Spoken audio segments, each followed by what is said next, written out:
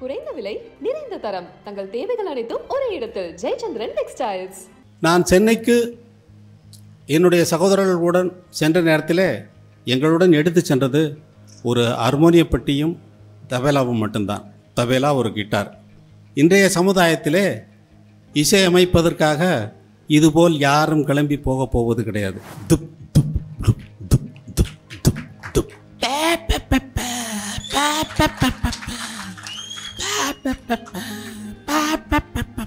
இது பாட்டு. நீங்களாம் தலையாட்டுவீங்க, கை தட்டுவீங்க. அதில் கூட என்ன விஷயம் இருக்குன்னா, மாங்குயிலே பூங்குயிலே உள்ளேருந்து ஒருத்தன் சொல்லிக்கிட்டு இருக்கான், டே எத்தனை நாளைக்கிட்ட அப்படி. அடுத்தவங்க தான் வந்து கடவுளே தான் இளையராஜா அப்படின்றான். என்ன நம்ம கடவுள்னு சொல்லிட்டோன்னே, ஐயோ கடவுளை எவ்வளோ கீழே இருக்கிட்டோன்னே, இறைவா மன்னிச்சிரு அப்படின்னு சொல்லி கேட்குறதுக்கு தான் என் மனசு இருக்கே தவிர அதை சந்தோஷமாக ஏற்றுக்கொள்வதற்கு. என்னை நினைக்க வேண்டும் என்றால் இளையராஜா என்ற பேரை நினைக்காமல் நீங்கள் என்னை நினைக்க முடியாது. இந்த பேர் வந்து பேர் இல்லாமல் அந்த கற்க கசடர என்றான். எது கற்க? அந்த ரெண்டு வார்த்தை தான் குறள். கற்க எதுக்கே படிக்கணும்? கசடு அற. கற்றதே கசடு தான்னா நான் என்னையா பண்ணுறது? நாம் ஆவலோடு எதிர்பார்க்கிற இசை ஞானி அவர்கள்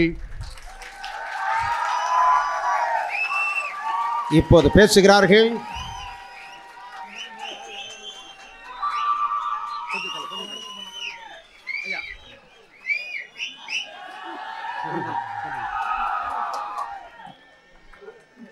ஐயா அவர்கள் பேசுவதற்கு முன்பு அந்த 3 அரங்கங்களையும் மேடையில் இருந்தவாறே மானசீகமாக திறந்து வைக்க வேண்டும் என்று உங்கள் அனைவரின் சார்பில் அன்போடு வேண்டி கேட்டுக்கொள்கின்றேன். மக்கள் சிந்தனை பேரவை ஆணையிட்டதை ஏற்று மானசீகமாக இந்த புத்தக கண்காட்சியை திறந்து வைக்கிறேன்.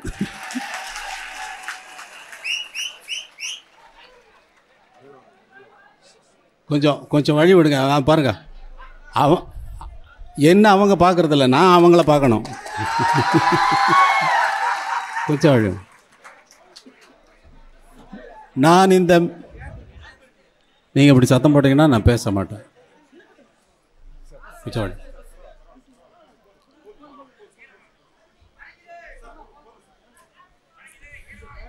என்னை பத்திரமாக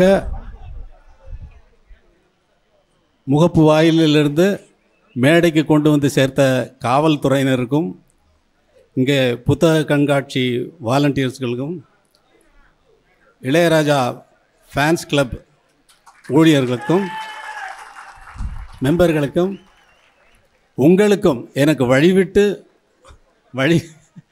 தந்த மேடைக்கு வழி தந்த உங்கள் அனைவருக்கும் என்னுடைய வணக்கத்தை தெரிவித்துக் கொள்கிறேன்.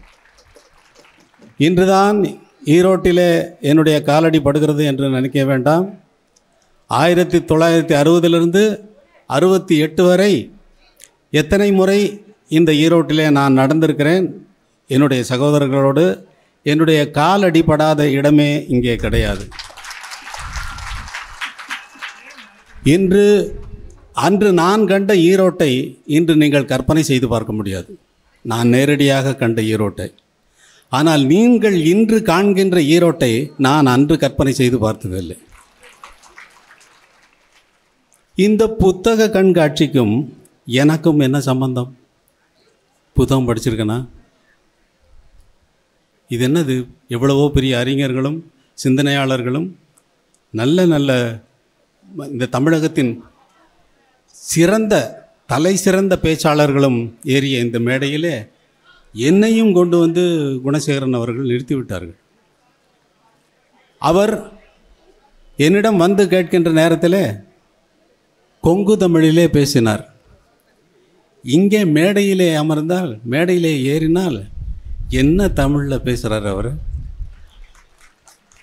இந்த தமிழ் பேசியவருக்கு நேரடியாக என்கிட்ட பேசுகிறேன். அப்படி இல்லைங்க, அந்த கொங்கு தமிழ் இருக்கிறதில்ல, என்ன இப்படி பேசுகிறீங்க குணசேகரன், உனக்கு தெரியவே தெரியாது. இப்போ உங்களை முதல்ல பார்த்தப்போ நீங்கள் அது இந்த மாதிரி நான் நினைக்கலையே அப்படின்னு.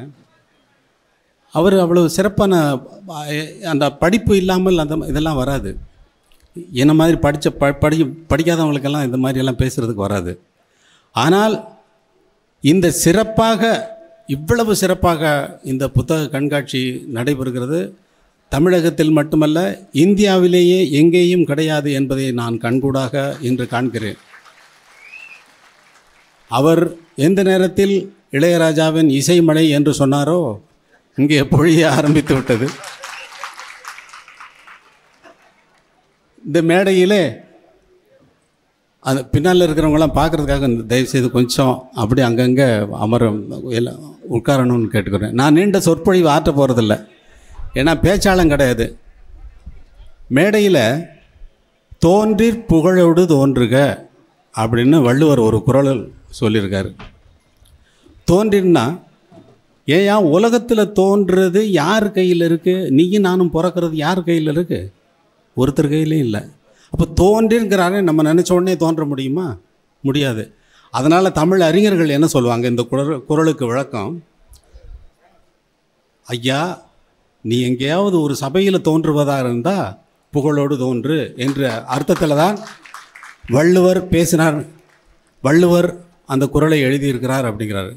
சரி, இந்த மேடையில் தோன்றுவதற்கு புகழ் வேண்டுமென்றாலும் யார் கையில் இருக்குது? இளையராஜா சார் மாதிரி நீங்கள் நல்லா உழைச்சிங்கன்னா நீங்கள் முன்னுக்கு வரலான்னா எத்தனை பேர் உழைக்காமல் இருக்காங்க? எல்லோரும் உழைச்சிக்கிட்டு தான் இருக்காங்க. எல்லாருமா முன்னுக்கு வர்றாங்க. முன்னுக்கு வர்றது புகழ் நம்ம கையில் இல்லை. புகழ் நம்ம கையில் இல்லை. தோன்றிற் புகழோடு தோன்றுக அப்படின்னா தோன்றிற் அறிவோடு தோன்றுக என்று சொல்லியிருந்தால் நான் இங்கே வந்திருக்க மாட்டேன். ஏன்னா அவ்வளவு அறிவு எனக்கு இருக்குன்னு நீங்கள் நினைக்க வேண்டாம்.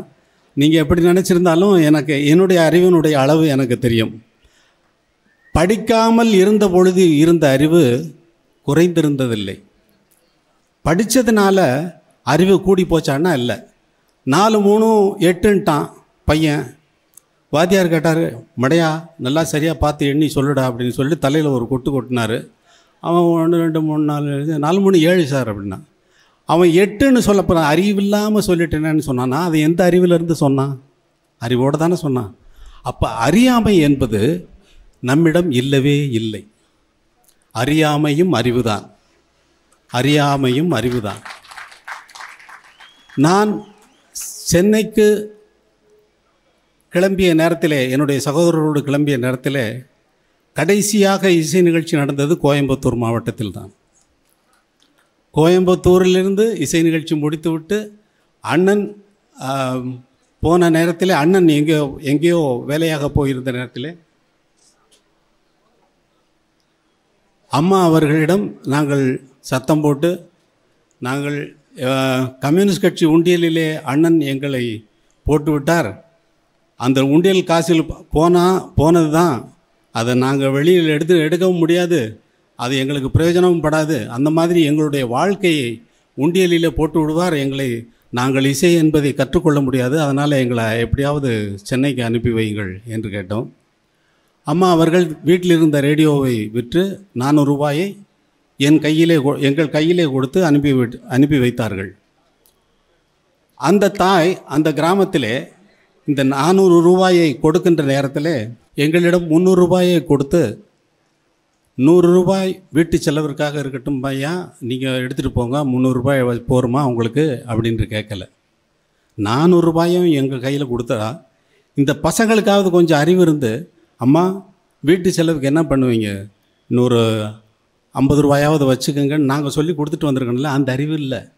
அந்த அறிவு இல்லை. அது என்ன தாய்? இந்த படிப்பை எந்த புத்தகம் தரும்?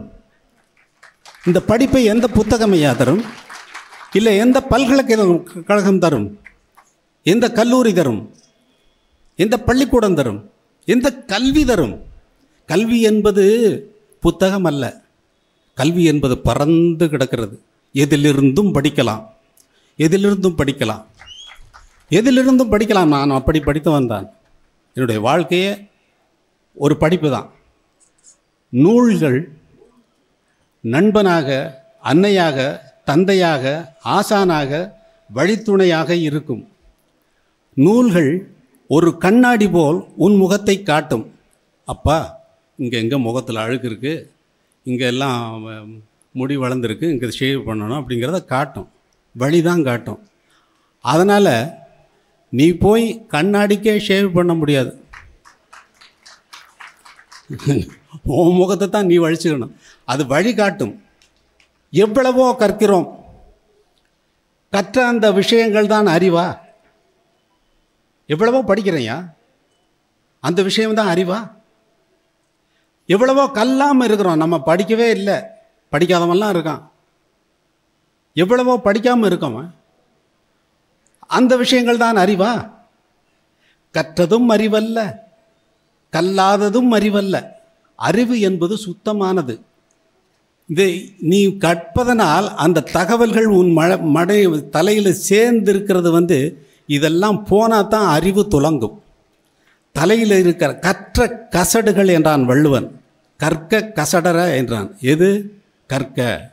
அந்த 2 வார்த்தை தான் குறள். கற்க எதுக்கே படிக்கணும்? கசடு அற. கற்றதே கசடு தான்னா நான் என்னையா பண்ணுறது? கற்றதனால் ஆய பயனென்கொல் அப்படிங்கிறான்.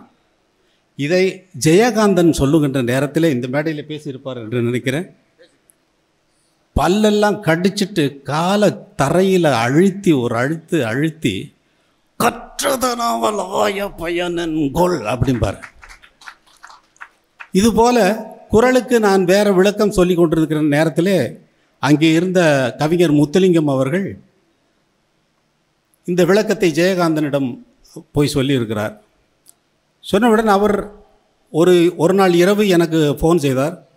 ஃபோன் பண்ணால் நீங்கள் இந்த மாதிரி விளக்கம் சொன்னீர்களாமே, மிகவும் நன்றாக இருக்கிறதா?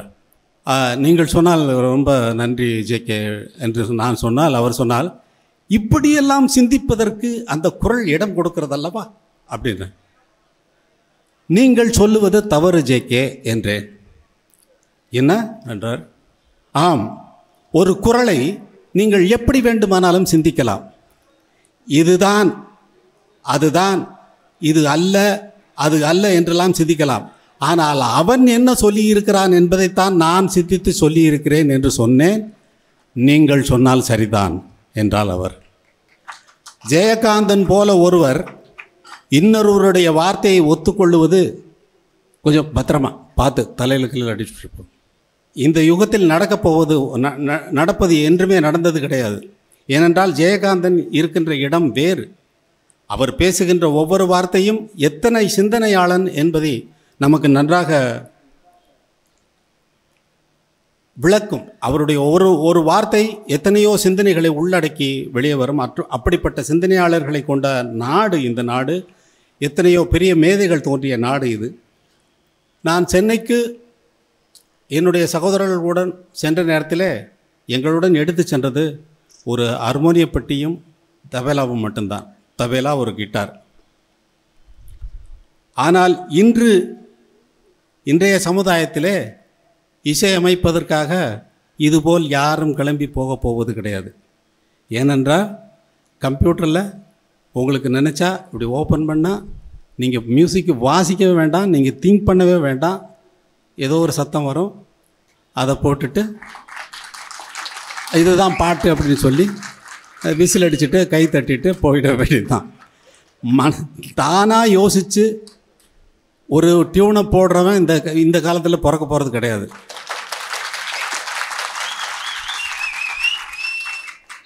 நாங்கள் போன நேரத்தில் எப்படி இருந்ததுன்னா, நான் போய் சேர்ந்த நேரத்தில் ஒரு வாத்திய கலைஞனாக தான் சினிமாவில் சேர்ந்தேன். நான் கிட்டார் வாசிக்கிறதுக்காக தான் சினிமாவில் ஜி.கே. வெங்கடேஷ் என்ற இசையமைப்பாளரிடம் நான் உதவியாளனாக சேர்ந்தேன். அந்த நேரத்தில் ஒரு கதை சொல்லுவார்கள். கதையில் உண்மையாக நடந்த நிகழ்ச்சி. ஒரு மியூசிக் டைரக்டர் ஒரு மியூசிக் கம்போஸ் பண்ணணும், நம்ம போய் சினிமாவில் கம்போஸ் பண்ணணும்னு ஒரு ஆர்வத்தோடு இருந்த ஒரு சின்ன பையன் எப்படியோ ஒரு ப்ரொடியூசரை கை பிடிச்சி, அவருக்கு இப்போ எப்படியோ காக்கா பிடிச்சி ஒரு படத்துக்கு சான்ஸ் வாங்கிட்டான். சரிடா போடுறா அப்படின்னு சொன்னால், அவன் ஹார்மோனி பெட்டியெல்லாம் எங்கேருந்தோ வாங்கிட்டு போயிட்டு கம்பெனியில் உட்காந்து கம்போஸ் பண்ணி டைரக்டர்லாம் வர சொல்லி ஒரு பாட்டு போட்டிருக்கான். ஒரு டியூன் போட்ட உடனே அந்த ப்ரொடியூசர் என்ன கேட்டிருக்காரு, சார் இது நல்லா இருக்கா அப்படின்னு கேட்டிருக்கான். இது அவருக்கு ஒன்றும் தெரியல. நல்லா இருக்க மாதிரி தெரியுது, ஆனால் வேறு ஒன்றும் போடேன் அப்படின்னா. அதை விட மோசமான ஒரு டியூனை போட்டான். இல்லை முதல்ல போட்டதே நல்லா இருக்கேன்னு, அதுக்காகத்தான் அவன் அதை மோசமான டியூனை போட்டான். ஆனால் அது கூட சுமாராக தானே இருக்குது, இப்போ என்ன பண்ணலாம் அப்படின்னா, சார் நீங்கள் இப்போ கேட்குறீங்க வெறும் டியூனாக, நான் வெறும் ஹார்மோனியம் வச்சுட்டு தானே பாடுறேன், அது இப்போ அப்படி தான் இருக்கும். கவிஞரை கூப்பிட்டு பாட்டு எழுதுனீங்கன்னா அதுக்கப்புறம் நீங்கள் தெரியும் சார் அந்த டியூன் என்னன்றது உங்களுக்கு தெரியும் அப்படின்னா. கவிஞர் கண்ணதாசனை கூப்பிட்டு பாட்டெல்லாம் எழுதியிருக்காங்க. கவிஞர் பாட்டு எழுதிட்டு போயிட்டார். போன உடனே ப்ரொடியூசர் பாட சொல்லி கேட்குறாரு, ஏன் மீறும் தானான் தந்தனான்னு பாடுற நேரத்துலேயே நல்லா இருந்தது, கவிஞர் வேர்ட்ஸ் எழுதினவுடனே வார்த்தைகள் போட்ட உடனே இன்னும் ரொம்ப மட்டமாக இருக்கு என்னது அப்படின்னா. இல்லை சார் நீங்கள் பாருங்கள், நீங்கள் ரெக்கார்ட் பண்ணி பாருங்கள் அப்புறம் உங்களுக்கு தெரியும் அப்படின்னா. ரெக்கார்டிங் போயாச்சு. ரெக்கார்டிங் போட்டு எல்லாரையும் பாட்டு ரெக்கார்ட் பண்ணி முடித்து பாட்டை கேட்டால், ஏன் முதல்ல பாடினதே நல்லா இருந்தது, அதுக்கப்புறம் கவிஞர் வந்து பாடினப்போ சரியில்லை, அப்புறம் இப்போ பாடினா ரொம்ப மட்டமாக இருக்கையா அப்படின்னாரு. இல்லை சார் நீங்கள் பிக்சரைஸ் பண்ணி பாருங்கள் அப்போ தான் சரியாக. சரின்னு ஷூட்டிங் போயிட்டாங்க. இந்த மாதிரியே 6 பாட்டும் அந்த பாட்டு எடுத்து போட்டு பார்த்தா, என்னையா ஒன்றுமே இல்லையே, ஒரு விஷயமே இல்லையே, பாட்டில் ஒரு விஷயமே இல்லைன்னா, இல்லை சார் நீங்கள் அடுத்த பாட்டை எடுத்து பாருங்கள் அப்படின்னு சொல்லிட்டு 6 பாட்டும் இதே போல ரெக்கார்ட் ஆகிடுச்சு. ரெக்கார்ட் ஆகி படம் ரிலீஸ் ஆகி தியேட்டரில் போனால் தியேட்டரில் கீட்டெல்லாம் கிழியுது. சரியில்லைன்னு சொல்லி அவர் வந்து வருத்தத்தோடு உட்காந்துருக்காரு. படமே சரியில்லை, ஃபெயிலியராக போச்சு. ஒரே 2 நாளில் பொட்டி திரும்பி வந்துச்சு. அப்போல்லாம் பொட்டி, இப்போல்லாம் பொட்டி இல்லை, இப்போல்லாம் வேறு எவ்வளோ அட்வான்ஸ்மெண்ட் வந்துருச்சு. வந்தால் பொட்டி திரும்பி வந்தால் வருத்தத்தோடு உட்காந்துருக்காரு. என்ன தம்பி இந்த உன்னால் பார்த்தியா சீட்டெல்லாம் கிழிச்சிட்டானுங்க, இந்த மாதிரி இப்போ டியூனை போட்டு என்னை பாட்டை போட்டு கெடுத்தே, என் படத்தெல்லாம் கெடுத்தே அப்படின்னா. சார் நீங்கள் அடுத்த படத்தில் பாருங்கள் சார் அப்படின்னா. ஆனால் அந்த மாதிரி கஷ்டப்பட்டு டியூன் போடுறதுக்கு கூட இன்றைக்கி ஆட்கள் தேவையில்லை. ஏன்னா அதிலேருந்து அமுத்துனா துப் துப் துப் துப் துப் துப் துப்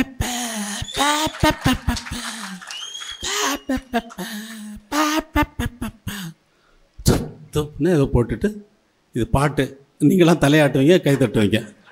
அதில் கூட என்ன விஷயம் இருக்குன்னா, மாங்குயிலே பூங்குயிலே அதில் தான் இருக்கு. அதைத்தான் எடுக்க முடியும், வேற ஒன்றும் பண்ண முடியாது. இப்படி சினிமா கதை இப்படி போகுது. இங்கே என்ன பேச கூப்பிட்டுருக்காரு குணசேகரன். பாடறிய, படிப்பறிய, பள்ளிக்கூடம் தான் அறிய, ஏடறிய, எழுத்தறிய, எழுத்து வகை நான் அறிய. என்ன சினிமா கவிஞனுடைய பாட்டை சொல்கிறேன்னு பார்க்குறீங்களா? சினிமா கவிஞன் இந்த மாதிரியெல்லாம் யோசிக்க மாட்டான். இது வந்து கிராமிய பாடல். பாடறியேன், படிப்பறியேன், பள்ளிக்கூடம் தான் அறியேன், ஏடறியேன், எழுத்தறியேன், எழுத்து வகை நான் அறியேன், வாயிலே வந்தபடி வகையுடனே தான் படிப்பேன்ற மாதிரி என்னுடைய வாயிலே வந்தபடி ப்ரொடியூசர் கூட என் ரூமுக்குள்ளே வரமாட்டாங்க, டைரக்டர் மட்டும்தான் வருவார். அவர் கதையை சொல்லுவார். கதையை சொன்னவுடனே நான் என்ன பாடுறேனோ அது வந்து அந்த இடத்துக்கு அந்த பாட்டாக அமைகிறது தான் வழக்கம்.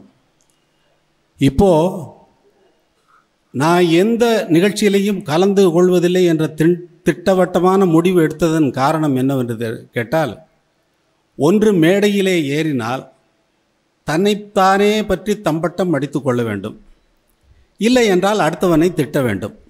இந்த ரெண்டு விஷயத்தை தவிர மேடையில் ஏதாவது நடக்குதா? இப்போ பாருங்கள், இந்நேரம் வரைக்கும் நான் பேசினேன், என்னை பற்றி தான் நான் தம்பட்டம் அடிச்சுக்கிட்டு இருந்தேன். இதை தவிர்க்க வேண்டும். என்ன உள்ளேருந்து ஒருத்தன் சொல்லிக்கிட்டு இருக்கான், டே எத்தனை நாளைக்கிட்ட அப்படி அடுத்தவங்க தான் வந்து கடவுளே தெய்வமே கடவுளே தான் இளையராஜா அப்படின்றான். கடவுள் அவ்வளோ கீழே வந்துட்டாரா என்ன? என்ன நீ கடவுள்னு சொல்கிறதுனால, தெய்வம்னு சொல்கிறதுனால என் மனசு வந்து சந்தோஷப்பட்டு அங்கே போய் என்ன நம்ம கடவுள்னு சொல்லிட்டோன்னே, ஐயோ கடவுளை எவ்வளோ கீழே இறக்கிட்டோன்னே, இறைவா மன்னிச்சிரு அப்படின்னு சொல்லி கேட்குறதுக்கு தான் என் மனசு இருக்கே தவிர அதை சந்தோஷமாக ஏற்றுக்கொள்வதற்கு இல்லை. எப்போதும் திறந்த கண்கள் உடையவர்களாக இருக்கிறோம். எப்பொழுதும் நல்லவைகளே பார்க்கிறோமா? எப்பொழுதும் திறந்த காதுகளை உடையவர்களாக இருக்கிறோம். எப்பொழுதும் நல்ல விஷயங்களை கேட்கிறோமா? எப்பொழுதும் திறந்த பரந்த அறிவை உடையவர்களாக இருக்கிறோம். சிறந்த அறிவார்ந்த விஷயங்களை நாம் அறிந்திருக்கிறோமா? இல்லை. ஆனால் நம்முடைய இதயமெல்லாம், நீங்கள் எதை நினைத்து கொண்டிருந்தாலும் உங்களுடைய இதயமெல்லாம், இதயம் ஒரு கோவில், அதில் உதயம் ஒரு பாடல், இதில் வாழும் தேவினி, இசையை மலராய் நாளும் சூட்டுவே. இதயம் ஒரு கோவில், அதில் உதயம் ஒரு பாடல், ஆத்மராகம் ஒன்றில் தான் ஆடும் உயிர்கள் என்றுமே, உயிரின் ஜீவனாடியே நாதம் தாளம் மானதே. உயிரில் கலந்து பாடும்போது எதுவும் பாடலே. பாடல்கள் ஒரு கோடி, எதுவும் புதிதில்லை. ராகங்கள் கோடி கோடி, அதுவும் புதிதில்லை. எனது ஜீவன் நீதான், என்றும் புதிது. இதயம் ஒரு கோவில். எல்லாருக்கும் இதயம் கோவில் தான். ஆனால் அதை நம்ம சாக்கடையாக வச்சுருக்கோம் இல்லையா? நம்ம மனசை நம்மளே தனியாக உட்காந்து போய் உள்ள வீட்டில் போய் உட்காந்து கேட்டால் 10 பேரோடு இருக்கிறப்போ ஐயா உங்களை மாதிரி இருப்பாங்களா இப்படி புகழ்கிறப்ப நமக்கு சந்தோஷமாக இருக்குது. ஆனால் வீட்டில் உட்காந்து நம்ம தனியாக இருக்கிறப்ப நம்ம மட்டும்தானே நம்ம கூட இருக்கோம். நம்ம கேட்போமா இல்லையா? உள்ளுக்குள்ளே கேட்பானா இல்லையா? அவன் டேய் டேய் அங்கே தலையாட்டிட்டு வந்தேன், நீ எல்லாரும் பேசுனாங்களே, நீ தலையாட்டி, நீ ஒழுங்காக இருக்கியா? சாக்கடையாக தானே இருக்கு உன் மனசு, சாக்கடையாக தானே இருக்குது. இதை சுத்தம் பண்ணணும்னா நூல்களை வாங்கி படிங்க. இதை சுத்தம் பண்ணணும்னா நூல்களை வாங்கி படிங்க. ஆனால் கற்றதனால் தொல்லை வினை கட்டவிழ்ந்து போவதில்லை. நீங்கள் எந்த காரணத்தினால் இந்த உடம்பை எடுத்து வந்திருக்கிறீர்களோ அந்த வினைகள் நீங்கள் படிப்பதனால் ஒருபோதும் அருந்து போவதில்லை. நல்ல குலத்தில் தோன்றியதன் காரணத்தால் வல்ல ஞானம் வரப்போவதில்லை. நீங்கள் படித்து ஒன்றும் நீங்கள் கற்றுக்கொள்ள வேண்டிய அவசியம் இல்லை. ஆனால் படிக்க வேண்டியது எதற்கென்றால், பலதரப்பட்ட ஜனங்கள் இந்த உலகத்தில் இருக்காங்க. என்ன மாதிரி நீ இல்லை, உன்ன மாதிரி நான் இல்லை, உன்ன மாதிரி அவர் இல்லை. அந்த மாதிரி இருக்கிறதுனால பல தரப்பட்ட மக்களுக்கும் எத்தனையோ அறிஞர் பெருமக்கள் தாங்கள் அனுபவித்ததை அவர்கள் எழுதி வைத்திருக்கிறார்கள். இப்போ திருவள்ளுவர் திருக்குறள் எழுதும்போது தனக்கு ஏற்கனவே தெரிஞ்ச குறளவா எழுதினார். எழுதுறப்ப அது புதுசு தானே, அவருக்கும் தெரியாதது தானே. எழுதா கிழவி என்று சொன்னார் தலைவர் மயிலானந்தம் அவர்கள். எழுதா கிழவி வேதங்களை கேட்டு காலகாலமாக அதற்கப்புறம் அதை எழுதி வைத்தார்கள் என்று சொன்னார். அதே போல என்னுடைய பாடல்கள் அனைத்துமே அப்படி வந்தவை தான். ஆனால் நான் பாடுவதற்கு முன்னாலேயே அந்த பாடல் இருந்ததனால்தான் என்னால் அந்த இசையை உங்களுக்கு தர முடிந்தது. இல்லை என்றால் அந்த எண்ணம் எனக்கு எப்படி தோன்றும்? இப்பொழுது எப்படியோ ஒரு இசை அமைக்கிறேன், ஏதோ ஒரு டியூன் வருகிறது என்றால் அந்த டியூன் ஏற்கனவே இல்லை என்றால் எனக்கு தோன்றுவது எப்படி? என்னுடைய எண்ணத்தில் எப்படி வருவது? சப்தம் என்பது வார்த்தையை தவிர ஒன்றுமில்லை. நாம ரூபத்தை தவிர இந்த உலகம் வேறு ஒன்றுமே கிடையாது. என்னை நினைக்க வேண்டுமென்றால் இளையராஜா என்ற பெயரை நினைக்காமல் நீங்கள் என்னை நினைக்க முடியாது. இந்த பேர் இல்லாமல் அந்த இளையராஜா என்ற பெயர் என்ன? அது சப்தம் தானே. சப்தமயம், உலகமே நாதமயம் என்று சொல்லுகிறார்கள். நாதம் இல்லாமல், சப்தம் இல்லாமல் இந்த உலகத்தையோ யாரையோ வேறு எந்த எண்ணத்தையோ நாம் நினைக்கவே முடியாது.